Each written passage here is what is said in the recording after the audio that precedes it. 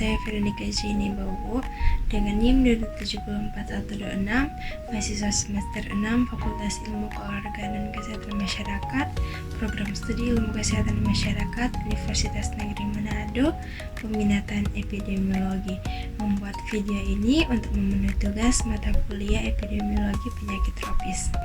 Perkembangan penyakit tropis di Indonesia. Penyakit tropis di Indonesia tetap menjadi masalah kesehatan yang signifikan meskipun ada kemajuan dalam bidang pengendalian dan pengobatan.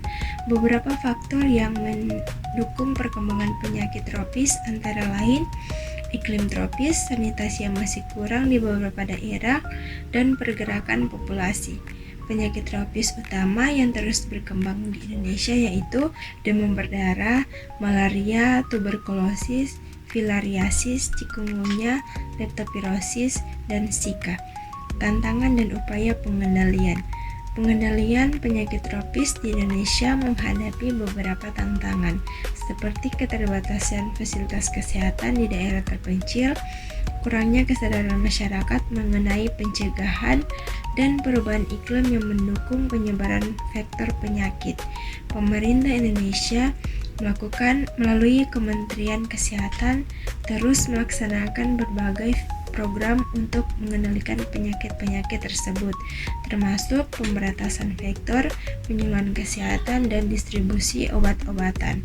Secara keseluruhan, meskipun ada kemajuan dan pengendalian penyakit tropis, tantangan besar tetap ada, terutama dalam hal pemberantasan fasilitas kesehatan dan edukasi masyarakat. Berikut salah satu penyakit tropis yang ada di Indonesia, yaitu malaria. Malaria adalah salah satu penyakit yang mematikan di dunia dan banyak ditemukan di daerah tropis seperti Indonesia, terutama di wilayah timur seperti Papua, Papua Barat, Maluku, dan Nusa Tenggara Timur atau NTT.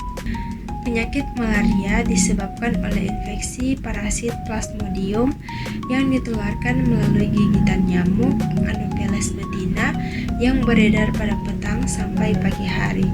Parasit ini akan menetap di organ hati, berkembang biak kemudian menyerang sel-sel darah merah. Secara global di dunia pada tahun 2020 terdapat lebih dari 240 juta kasus malaria dengan lebih dari 600.000 kematian.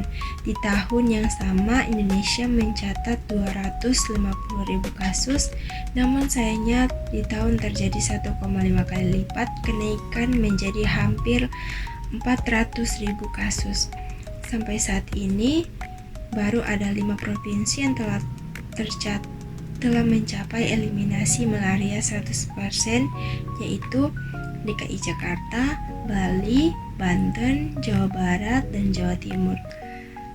Satgasi penurunan kasus terjadi sejak tahun 2014, sehingga hal ini menjadi tantangan baru dalam upaya mencapai eliminasi malaria di tahun 2030. Status terkini, yang pertama penurunan kasus nasional. Secara nasional, jumlah kasus malaria menurun dalam 2 dekade terakhir. Pada tahun 2023, Indonesia mencatat sekitar 400.000 kasus, turun lebih dari 2 juta pada awal tahun 2000-an. Yang kedua, wilayah endemis tinggi.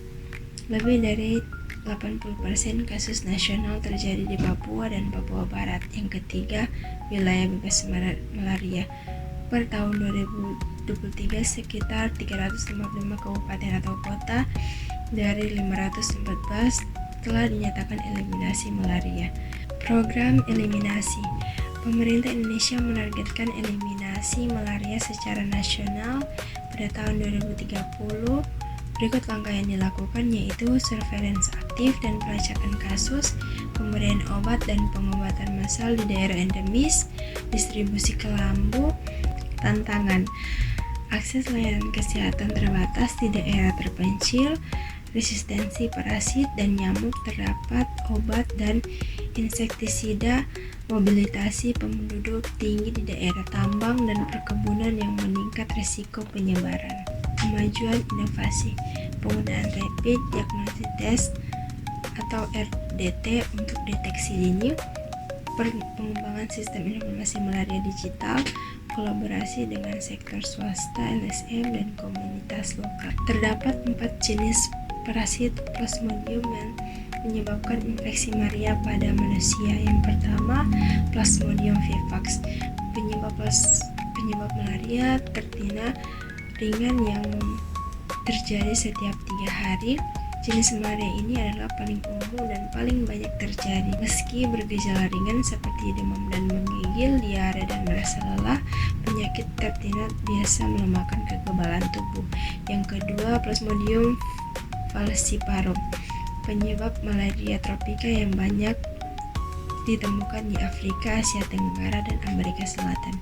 Jika dapat ditangani dengan baik, malaria tropika dapat menimbulkan gangguan pada otak dan sistem saraf, serta kelumpuhan dan kejang. Plasmodium falciparum menempati urutan pertama penyebab kematian akibat malaria. Yang ketiga, Plasmodium malaria.